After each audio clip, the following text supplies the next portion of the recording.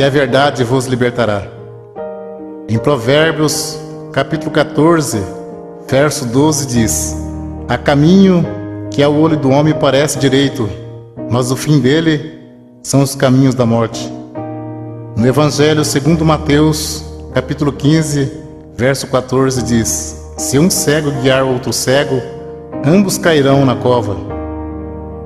Em Jeremias capítulo 17, verso 5 diz: maldito o homem que confia no homem. Então tudo que for falado aqui, você pode conferir aí na sua Bíblia Sagrada, para que você possa entender o caminho da verdade. Se Deus não tivesse plano de salvação na tua vida, esta mensagem não teria chegado até você. Entrai pela porta estreita, porque largo é o caminho que conduz à perdição, e muitos são os que entram por ela. O apóstolo Paulo escreveu: se o julgamento começa por nós, qual será o fim daqueles que são desobedientes ao Evangelho de Deus? Se alguém não valorizar a palavra de Deus, com certeza dirá naquele dia: eu pensei que todos os caminhos levassem a Deus. O apóstolo Paulo escreveu aos Gálatas, capítulo 1, versos 6, 7, 8 e 9: maravilho-me de que tão depressa passeis daquele que vos chamou a graça de Cristo para outro evangelho, o qual não é outro. Mas há alguns que vos inquietam e querem transtornar o evangelho de Cristo. Mas ainda que nós mesmos, ou um anjo do céu, vos anunciar outro evangelho além do que está escrito, seja anátema. Assim como já vos dissemos, agora de novo vos digo: se alguém vos anunciar outro evangelho além do que já recebeste, seja anátema. Jesus Cristo disse: eu sou o caminho, a verdade e a vida. Ninguém vem ao Pai senão por mim. O Evangelho segundo João, capítulo 10, verso 9 ao 14. Jesus disse: eu sou a porta. Se alguém entrar por mim, salvar-se-á. E entrará e sairá e achará pastagem. O ladrão não vem senão a roubar, a matar e a destruir. Eu vim para que tenha vida, e vida com abundância. Eu sou o bom pastor. O bom pastor dá sua vida pelas ovelhas. Mas o mercenário e o que não é pastor, de quem não são as ovelhas, vê vir o lobo e deixa as ovelhas e foge. E o lobo as arrebata e dispersa. Ora, o mercenário foge porque é mercenário e não tem cuidado das ovelhas. Jesus disse: eu sou o bom pastor, e conheço as minhas ovelhas, e das minhas sou conhecido. Veremos agora em Apocalipse, capítulo 22, versos 18, 19, 20 e 21. Porque eu testifico a todo aquele que ouvir as palavras da profecia desse livro, que se alguém lhe acrescentar alguma coisa, Deus fará vir sobre ele as pragas que estão escritas neste livro. E se alguém tirar quaisquer palavra do livro desta profecia, Deus tirará a sua parte da árvore da vida e da cidade santa que está escrito neste livro. Aquele que testifica essas coisas diz: certamente cedo eu venho. Amém. Ora vem, Senhor Jesus. A graça de nosso Senhor Jesus Cristo seja com todos vós. Amém. Segunda Epístola, João, capítulo 1, verso 10 e 11. Se alguém vem ter convosco e não traz essa doutrina, não o recebais em casa, nem tampouco o saudeis, porque quem o sauda tem parte nas suas más obras. Segunda Epístola, Pedro, capítulo 3, versos 16, 17 e 18. Falando disso, como em todas as suas epístolas, entre as quais há ponto difícil de entender, que os indultos e inconstantes torcem igualmente as outras escrituras para a sua própria perdição. Vós, portanto, amados, sabendo isto de antemão, guardai-vos de que, pelo engano dos homens abomináveis, sejais juntamente arrebatados, e descaiais da vossa firmeza. Antes crescei na graça e conhecimento de nosso Senhor e Salvador Jesus Cristo. A Ele seja dada a glória, assim agora, como no dia da eternidade. Amém. Segunda Epístola a Pedro, capítulo 1, verso 20 e 21.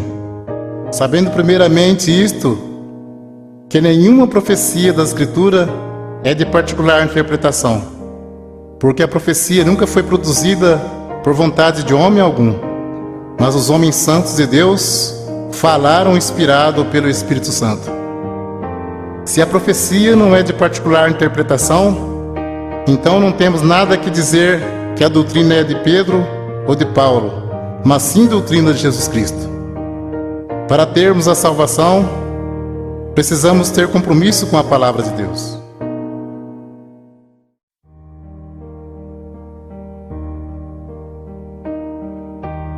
Vamos ver o batismo verdadeiro aos Efésios, capítulo 4, verso 4, 5, 6 e 7. Há um só corpo e um só Espírito, como também foste chamados em uma só esperança da vossa vocação. Um só Senhor, uma só fé, um só batismo, um só Deus e Pai de todos, o qual é sobre todos e para todos e em todos. Mas a graça foi dada a cada um de nós, segundo a medida do dom de Cristo. Batismo tem muitos, mas de acordo com a Bíblia, é só um. Vamos ver qual é o verdadeiro. Segundo Marcos, capítulo 16, verso 15, 16 e 17. Jesus disse: Ide por todo mundo, pregai o evangelho a toda criatura. Quem crer e for batizado será salvo, mas quem não crer será condenado. E estes sinais seguirão aos que crerem em meu nome.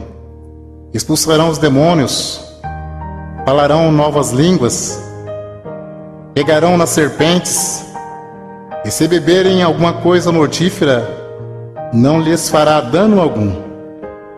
E porão as mãos sobre os enfermos e os curarão. Ora, o Senhor, depois de lhes ter falado, foi recebido no céu e assentou-se à direita de Deus. E eles, tendo partido, pregaram por todas as partes, cooperando com eles o Senhor e confirmando a palavra com sinais que se seguiram. Amém. Evangelho segundo João, capítulo 3, verso 3 ao 7. Jesus respondeu e disse-lhe: na verdade te digo, que aquele que não nascer de novo, não pode ver o reino de Deus. Disse-lhe Nicodemos: como pode um homem nascer sendo velho? Porventura pode tornar a entrar no ventre de sua mãe e nascer? Jesus respondeu: na verdade te digo, que aquele que não nascer da água e do Espírito, não pode entrar no reino de Deus. O que é nascido da carne é carne, e o que é nascido do Espírito é Espírito. Não te maravilhes de ter dito: necessário vos é nascer de novo. O novo nascimento e a regeneração só se recebe pela fé em Jesus Cristo, que pelo nosso pecado foi entregue e ressuscitou para nossa justificação. Vamos ler agora quais palavras faladas no batismo, de acordo com a palavra de Deus. Atos dos Apóstolos, capítulo 2, versos 37, 38 e 39. As primeiras conversões. E ouvindo eles isto, compungiram-se em seus corações e perguntaram a Pedro e aos demais apóstolos: que faremos, varões irmãos? E disse-lhe Pedro: arrependei-vos, e cada um de vós seja batizado em nome de Jesus Cristo para perdão dos pecados, recebereis o dom do Espírito Santo. Aos Colossenses, capítulo 3, verso 17. E quando fizerdes por palavras ou por obras, fazei tudo em nome do Senhor Jesus, dando por ele graças a Deus Pai. Continua o assunto do batismo. Evangelho segundo Mateus, capítulo 28, versos 16, 17, 18, 19 e 20. E os 11 discípulos partiram para a Galiléia, para o monte que Jesus lhe tinha designado. E quando o viram, o adoraram, mas alguns duvidaram. Disse Jesus: portanto, ide, ensinai todas as nações, batizando-as em nome do Pai, do Filho e do Espírito Santo, ensinando a guardar todas as coisas que eu vos tenho mandado. E eis que estou convosco todos os dias, até a consumação dos séculos. Amém. Então, conforme vemos, as palavras faladas no batismo de imersão nas águas é: em nome de Jesus Cristo te batismo, e em nome do Pai, do Filho e do Espírito Santo. Como se sauda o povo de Deus quando se encontra ou se despede? Aos Colossenses, capítulo 3, verso 15. E a paz de Deus, para a qual também foste chamados em um corpo, domine em vossos corações e sede agradecidos.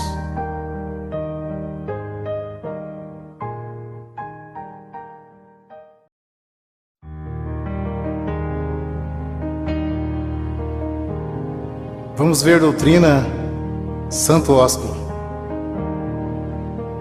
Nós vamos ver qual é a igreja de Cristo que diz na Sagrada Escritura. Aos Romanos, capítulo 16, versos 16, 17 e 18. Saudai-vos uns aos outros com santo ósculo. As igrejas de Cristo vos saúdam. E rogo-vos, irmãos, que noteis os que promovem dissensões e escândalo contra a doutrina que aprendeste. Desviai-vos deles, porque os tais não servem a nosso Senhor Jesus Cristo, mas ao seu ventre, e com suaves palavras e lisonjas enganam os corações dos simples. Também em primeira epístola a Pedro, capítulo 5, verso 14. Saudai-vos uns aos outros com o ósculo de caridade. Paz seja com todos, vós que estáis em Cristo Jesus. Amém. Vamos ver agora a doutrina do véu. 1 aos Coríntios, capítulo 11. E louvo-vos, irmãos, porque em tudo vos lembrais de mim, e retende os preceitos como vou-lo entreguei. Mas quero que saibas que Cristo é a cabeça de todo varão, e o varão a cabeça da mulher, e Deus a cabeça de Cristo. Todo homem que ora ou profetiza, tendo a cabeça coberta, desonra sua própria cabeça, mas toda mulher que ora ou profetiza com a cabeça descoberta, desonra sua própria cabeça, porque é como se estivesse rapada. Portanto, se a mulher não se cobre com o véu, tosquie-se também. Mas se para a mulher é coisa indecente tosquiar-se ou rapar-se, que põe o véu.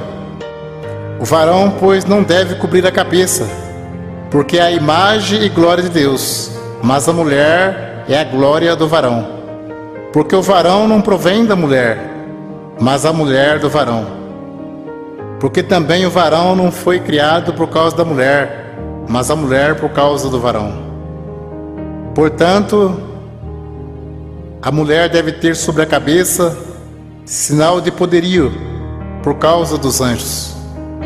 Todavia, nem o varão é sem a mulher, nem a mulher sem o varão no Senhor. Porque como a mulher provém do varão, assim também o varão provém da mulher. Mas tudo vem de Deus. Julgai entre vós mesmo. É decente que a mulher ore a Deus descoberta? Ou não vos ensina a mesma natureza que é desonra para o varão ter cabelos crescidos. Mas ter a mulher cabelos crescidos lhe é honroso, porque o cabelo lhe foi dado em lugar de véu. Mas se alguém quiser ser contencioso, nós não temos tal costume, nem as igrejas de Deus. Até o texto diz como as mulheres devem se apresentar-se na igreja. Então é bem claro, ter a mulher cabelos crescidos lhe é honroso, porque o cabelo foi dado em lugar de véu. Então, se o cabelo é dado em lugar de véu, não pode cortar nem tosquear. Mas se para a mulher é coisa indecente tosquear-se ou rapar, que põe o véu. Se tivesse escrito somente do cabelo, não mandaria pôr, porque o cabelo já está no lugar. Uma cortina você põe e tira. O véu a mulher põe e tira. Uma pergunta: julgai entre vós mesmo, é decente que a mulher ore a Deus descoberta? Não. Para você entender mais fácil, aqui fala de 2 mandamentos. A mulher não pode cortar o cabelo, porque ter a mulher cabelos crescidos lhe é honroso, e tem que pôr o véu branco. Portanto, a mulher deve ter sobre a cabeça sinal de poderio por causa dos anjos. Tem que se cobrir com o véu quando for orar e profetizar. Vamos ler 1 Coríntios capítulo 14, verso 32 ao 37. Fala sobre a necessidade de ordem no culto, porque os espíritos dos profetas estão sujeitos aos profetas, porque Deus não é Deus de confusão, senão de paz. Como em todas as igrejas dos santos, as mulheres estejam caladas nas igrejas, porque lhes não é permitido falar, mas estejam sujeitas como ordena a lei.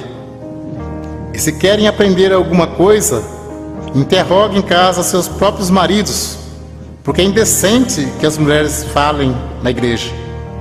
Porventura saiu dentre vós a palavra de Deus? Ou veio ela somente para vós? Se alguém cuida ser profeta ou espiritual, reconheça que as coisas que vos escrevo são mandamento do Senhor. Um esclarecimento para você saber como é a Santa Ceia. Jesus celebrou a última Páscoa, que era uma vez ao ano, e celebrou a primeira Santa Ceia, que se segue uma vez ao ano.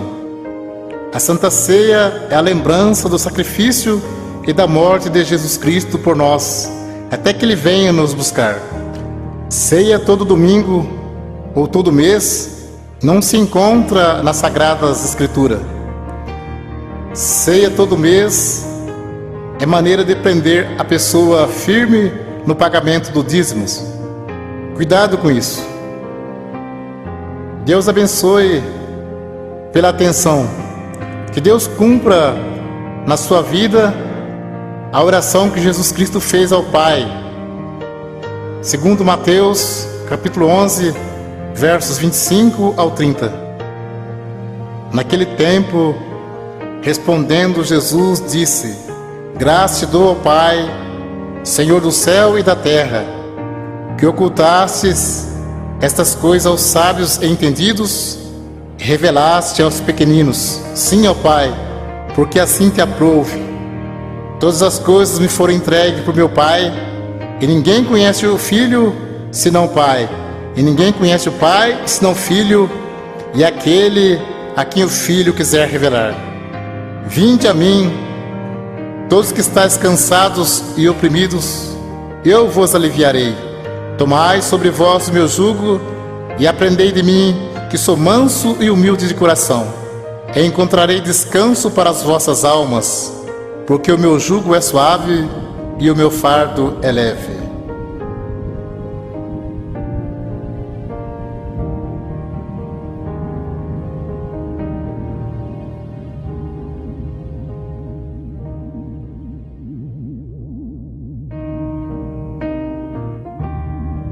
O assunto agora é sobre dízimos. Velho Testamento, Malaquias, capítulo 3, versos 8 e 10. Roubará o homem a Deus? Todavia vós me roubais, e dizeis: em que te roubamos? Nos dízimos e nas ofertas alçadas. Trazei todos os dízimos à casa do tesouro, para que haja mantimento na minha casa. E depois fazer prova de mim, diz o Senhor dos Exércitos, se eu não vos abrir as janelas do céu, e não derramar sobre vós uma benção tal, que dela vos advenha a maior abastança. Alguém levava um animal perfeito, e o sacerdote negociava o animal perfeito, e sacrificava um animal imperfeito no lugar. Nisso que eles estavam roubando a Deus. Digo sempre, Deus não usa dinheiro. Coleta é para o próprio bem do povo de Deus. Se Deus não abrisse as janelas do céu e não mandasse chuva, a terra não produzia alimento. As tribos de Israel receberam herança, menos a tribo sacerdotal, que era a tribo dos levitas. Eles não receberam herança, então eles recebiam parte do dízimos para se manter. Por isso que dizia, trazer os dízimos para que haja mantimento na casa do tesouro. Não se tratava de dinheiro, mas de mantimento. Não há mais casa do tesouro. Jesus disse, minha casa é chamada por todas as nações casa de oração. Evangelho segundo Mateus, capítulo 10, versos 5 ao 10. Jesus enviou esses 12, ele ordenou dizendo, não ireis pelo caminho das gentes, nem entreis em cidade de samaritanos, mas ide diante as ovelhas perdidas da casa de Israel. E indo pregai, dizendo, é chegado o reino dos céus. Curai os enfermos, limpai os leprosos, ressuscitai os mortos, expulsai os demônios, de graça recebestes, de graça dai. Não possuai ouro, nem prata, nem cobre em vossos cintos, porque digno é o operário do seu salário. Nem alforje para o caminho, nem duas túnicas, nem alparcas, nem bordão, porque digno é o operário do seu alimento. Podemos cumprir com alegria a missão de anunciar o Evangelho da graça. Jesus já pagou a nossa salvação com o precioso sangue que ele derramou no duro madeiro da cruz. Enviando o apóstolo disse, de graça recebeste, de graça dai. Não precisa explorar ninguém. A parte material, Deus tudo provê na nossa vida. Jesus Cristo, sendo Filho de Deus, não poderia vir desfazendo a lei de Deus. Tanto é que ele foi circuncidado ao 8º dia, segundo o uso da lei. Foi levado ao templo para ser consagrado, segundo o uso da lei.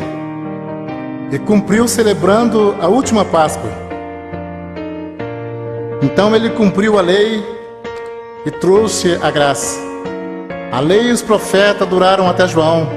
A graça e a verdade vieram por Jesus Cristo. Hebreus capítulo 7, verso 9, 18 e 19.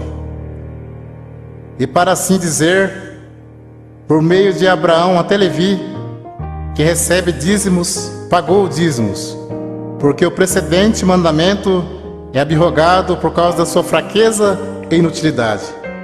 Pois a lei nenhuma coisa aperfeiçoou, e desta sorte é introduzida uma melhor esperança, pelo qual chegamos a Deus. Hebreus capítulo 7, versos 12, 13 e 14. Porque mudando-se o sacerdócio, necessariamente se faz também mudança da lei. Porque aquele de quem essas coisas se dizem, pertence a outra tribo, da qual ninguém serviu ao altar, visto ser manifesto que nosso Senhor procedeu de Judá. E concernente a esta tribo, nunca Moisés falou de sacerdócio, porque dele assim se testifica: tu és sacerdote eterno, segundo a ordem de Melquisedeque. Jesus procedeu da tribo de Judá e não da tribo de Levi, que era a tribo dos sacerdotes. Então, se muitos espertalhões pregam que tem que pagar dízimo hoje, por que eles não se preocupam em cumprir mais algum mandamento da lei? Porque o assunto deles é só dinheiro. Procura enganar, sendo que dízimos era para que houvesse mantimento na casa do tesouro.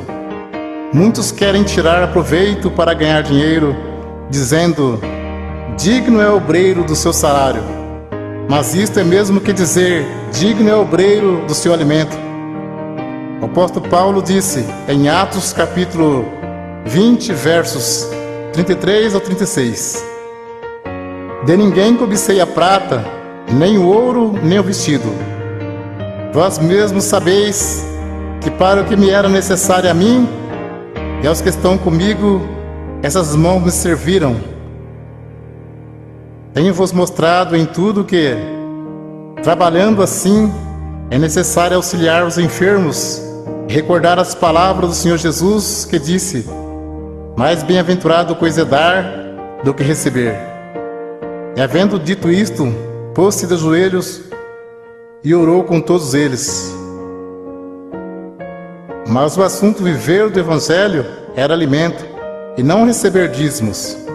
Para você entender mais fácil, os apóstolos poderiam viajar em missão e ficar na casa de alguém não crente e ali se alimentar por alguns dias. E como Deus estava chamando também pessoas pobres, em vez dos apóstolos pedir dinheiro aos novos convertidos, eles os ajudavam. Vamos ler aos Romanos capítulo 15, versos 26 e 27. Porque pareceu bem a Macedônia e a Caia fazerem uma coleta para os pobres dentre os santos que estão em Jerusalém. Isso lhe pareceu bem, como devedores que são para com eles, porque se os gentios foram participantes dos bens espirituais, devem também ministrar os temporais. Confira esse assunto com atenção. Paulo disse em 1 Coríntios, capítulo 9, verso 12 ao 14 e 15 ao 18. Se outros participam deste poder sobre vós, por que não mais justamente nós? Mas nós não usamos desse direito, antes suportamos tudo para não pormos impedimento algum ao Evangelho de Cristo. Não sabeis vós que os que administram o que é sagrado comem do que é do templo, e que os que de contínuo estão junto ao altar participam do altar? Assim ordenou também o Senhor aos que anunciam o Evangelho que vivam do Evangelho. Mas eu de nenhuma destas coisas usei, e não escrevi isso para que assim se faça comigo, porque melhor me fora morrer do que alguém fazer vã esta minha glória. Porque se anuncio o Evangelho, não tenho do que me gloriar, pois me é imposta esta obrigação.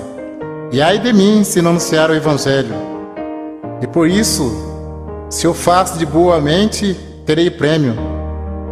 Mas se de má vontade, apenas uma dispensação me é confiada. Logo, que prêmio tenho que, evangelizando, proponha de graça o Evangelho de Jesus Cristo, para não abusar do meu poder no Evangelho. E Paulo disse: outras igrejas despojei, deixando de receber salário, para vos anunciar de graça o Evangelho de Jesus Cristo.